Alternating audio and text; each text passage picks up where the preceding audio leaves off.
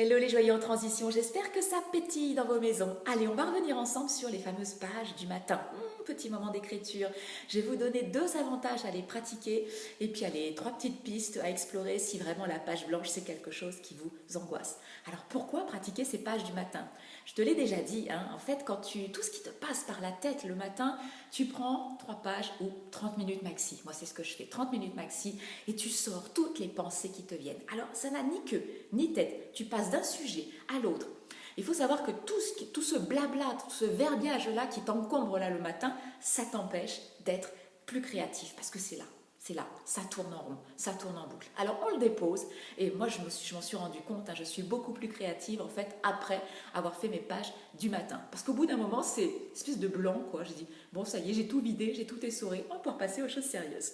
Alors deuxième avantage, ben justement, c'est que ça te rend plus créatif, plus créative. La créativité, c'est pas juste l'apanage des artistes, hein. La créativité, c'est se mettre en mode recherche de solutions. C'est-à-dire que je prends ce que j'ai, je vois dans quel environnement je suis et je vais faire avec l'existant, déjà dans un premier temps. C'est intéressant ça, hein, parce que ça te met dans un état d'esprit ouais, d'abondance. Tu fais avec le plein, avec ce que tu as à disposition. Alors que quand tu ne vois finalement que ce qui te manque, bah, tu es dans un état d'esprit de pénurie. Ah, intéressant à observer ça.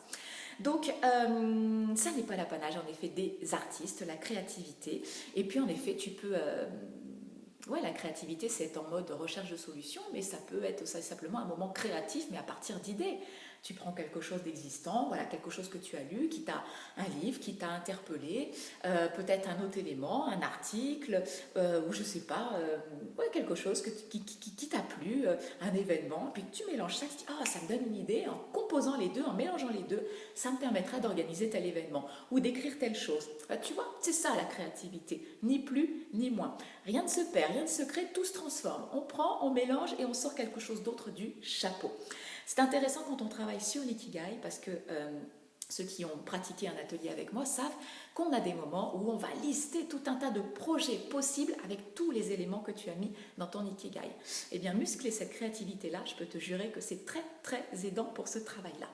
Alors, si toutefois tu avais l'angoisse de la page blanche, je te propose 3 choses à explorer. Tu peux faire tes gratitudes du matin. Alors, pas juste une liste de courses, hein, merci pour. Non, non, tu vas revivre, ressentir en fait.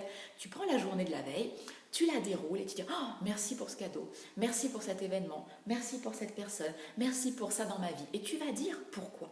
Pourquoi je peux te jurer que dans ce que tu vas écrire, il y a des éléments qui vont être intéressants, en tout cas à repérer et à mettre dans certains cercles de ton Ikigai.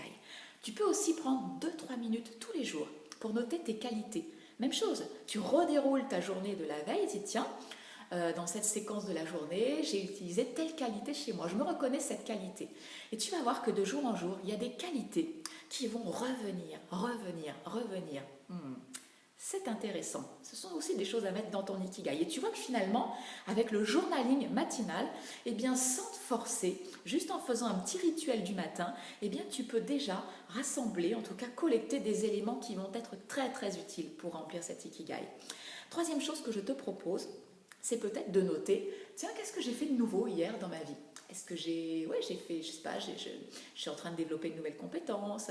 Est-ce qu'on m'a sollicité pour une expérience ou ouais, c'était vraiment quelque chose de nouveau pour moi. Est-ce que j'ai osé faire quelque chose que je n'ai pas l'habitude de faire? C'est intéressant de le noter, puis peut-être de noter tes impressions, ce que tu as aimé. Là-dedans, il y a des compétences qui se développent, il y a peut-être de nouveaux centres d'intérêt et peut-être ton terrain de jeu favori qui se dessine. Alors le terrain de jeu, c'est quelque chose que l'on voit dans l'atelier Ikigai, hein, ça permet d'identifier à quel besoin du monde finalement on peut contribuer.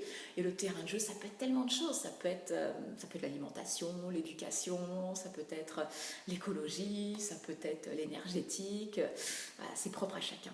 Je te laisse avec ça et puis dis-moi en commentaire si jamais écrire comme ça de façon quotidienne c'est quelque chose qui te plaît et si tu sens que ça résiste encore en toi, ben dis-moi qu'est-ce qui te bloque. On sait jamais, je pourrais peut-être te donner 2-3 astuces de plus. Allez, bye.